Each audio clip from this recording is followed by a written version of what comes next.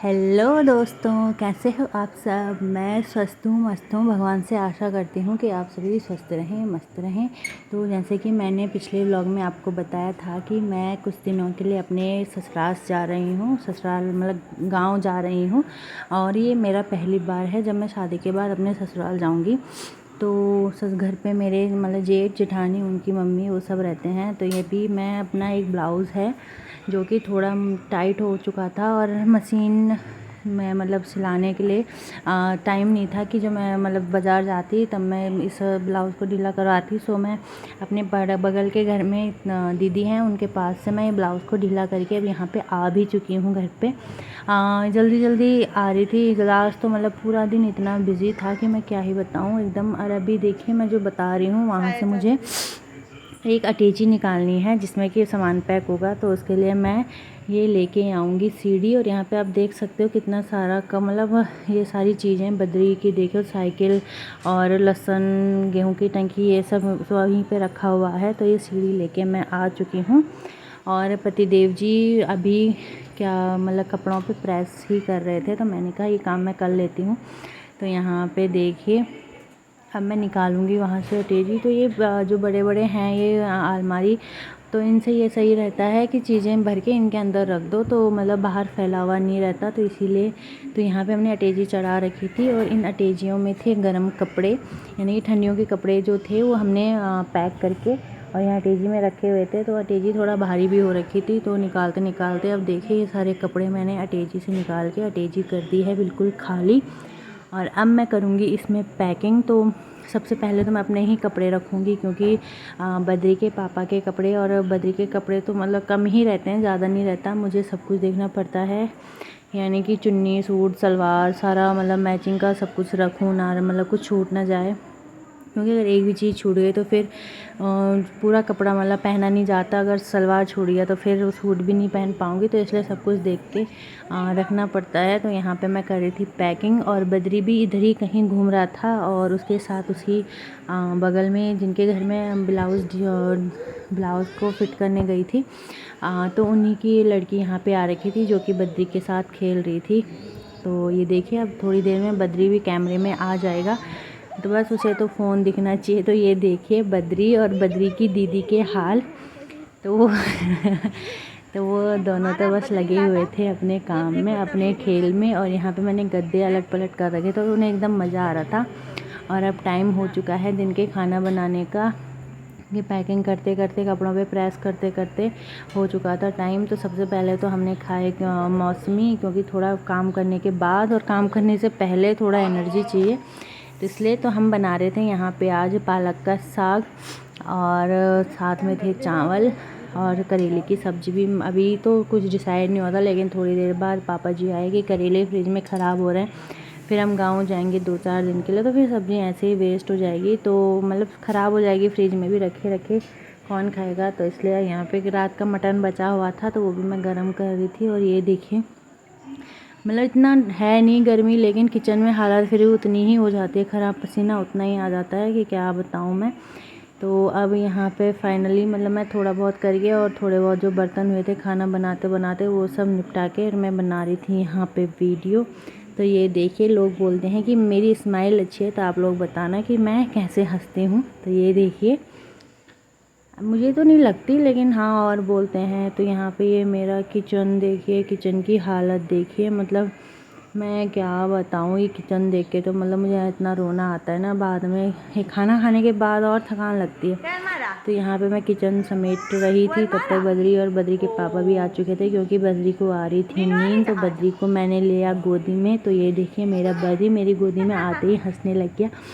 तो बस इसके बाद अब मैं बद्री को सुलाऊंगी। तो पहले आपको मैं बता देती हूँ, देखो पहले किचन कैसा था और उसके बाद किचन मैंने कैसा कर दी। तो डेली का रूटीन है, खाना खाने के बाद किचन साफ़ करना ही पड़ता है। थोड़ा सा भी अगर खुद छूट जाए तो आजकल गर्मियों में उस मतलब छूटे हुए पे चींटियाँ भी लग जाते हैं, तो ढंग से साफ़ करना पड़ता है ताकि कुछ भी ना छूटे। अब ये था शाम के टाइम जब हम चाय वाय पी के फ्री हो चुके थे। तो बद्री के पापा और बद्री के बड़े मतलब छोटे दादाजी जा रहे थे बाज़ार। तो वो बद्री को आ देता है कि स्कूटी में लेके आएंगे। तो हमने कहा हम तब तक पैदल चलते हैं, क्योंकि वहाँ से हमें बद्री को फिर वापस घर लेके आना था। तो यहाँ पे मैं बद्री की दीदी को अपने साथ लेके आ गई और अब मैं आपको दिखाऊंगी हमारी कॉलोनी का गेट। तो यहाँ पे देखिए मैं पहुँच चुकी हूँ हमारे गेट पे। तो ये रही हमारी कॉलोनी, मनकामेश्वर कॉलोनी। तो यहाँ पे अब बद्री के पापा और बद्री के छोटे दादाजी और बद्री के साथ यहाँ पे स्कूटी से एंट्री लेते हुए। तो बद्री तो बस गाड़ी से उसका मन नहीं करता है कि गाड़ी से मैं उतरूं। वो तो मुझे बाय करने लग गया था बाय करने लग गया था कि मैं जा रहा हूँ, लेकिन मैंने कहा भाई नहीं जाना, अब दादाजी और पापा जाएंगे बाज़ार। और अब वो कर रहा है उनको बाय।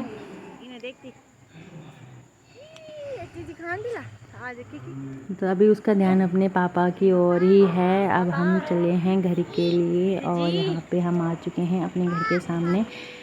देखिए बद्री को मैंने कहा कि अब भाई ऐसे पैरों से चल के जा, क्योंकि गर्मी हो रही थी और साथ में थकान भी लग रही थी और उसकी दीदी भी थी साथ में, तो वो अच्छे से चल भी रहा था।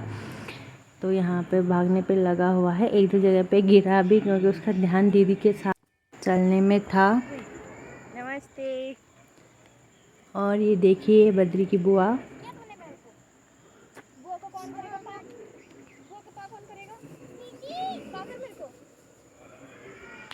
दीदी करेगी पा ना। तो यहाँ पे बद्री की बुआ और बद्री की दीदी लग चुके हैं घर के लिए। और उसके बाद भी हमें अभी और भी काम करना था। तो ये देखिए अभी हम शाम के टाइम बद्री की बुआ, बड़ी बुआ ने कहा कि भाभी हम मंदिर तक आज मतलब 4-5 दिन तक नहीं जा पाएंगे, तो भाभी चलो ना हमारे साथ। फिर हमें याद आएगी बद्री की। तो देखिए बद्री ने मंदिर भगवान जी को प्रणाम भी कर दिया और अब वो तीनों बद्री को लेके मंदिर में जा रहे हैं। और बद्री तो खुश हो जाता है मंदिर में जाने के लिए। और वहाँ पे जब सारे मतलब छोटे छोटे भगवान जी के मंदिर हैं, माता रानी के, कृष्ण भगवान जी के, हनुमान जी के और भोलेनाथ जी के और तुलसी माता, तो इन सब के अलग अलग छोटे छोटे मंदिर हैं। और शिव भगवान जी का एक बड़ा सा मतलब मूर्ति भी है, तो उन सब की पूजा करके लगा हुआ था जय जय। मुझे बाहर तक आवाज़ आ रही थी, मैं नहीं गई क्योंकि ऐसे ही मेरा मन नहीं कर रहा था। फिर हमने अभी इतना मंदिर जाना नहीं है, तो मैं मतलब ज़्यादा नहीं जाती। और यहाँ पे वो आ चुके थे मंदिर से। तो ये देखिए मंदिर में लग चुके हैं गाने।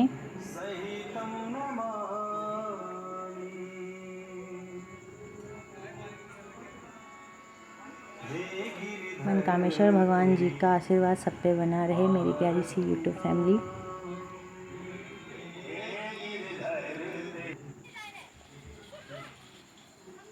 उसके बाद हम घर पे आके छत में गए, थोड़ा सा टाइम था तो बद्री को देखिए वो अपने वाकर के साथ, वो जब भी हम छत में आते हैं अपने वाकर के साथ ऐसे ही खेलता है। और बद्री की जो बुआएं हैं वो ऊंच नीच का फापड़ा बोलते हैं, वो खेल रहे थे, यानी कि दोनों ऊंचे पे खड़े हो रखे थे और ये छोटी सी बच्ची वो उन्हें पकड़ रही थी। अगर वो नीचे आते ज़मीन पे तो उन्हें पकड़ रही थी।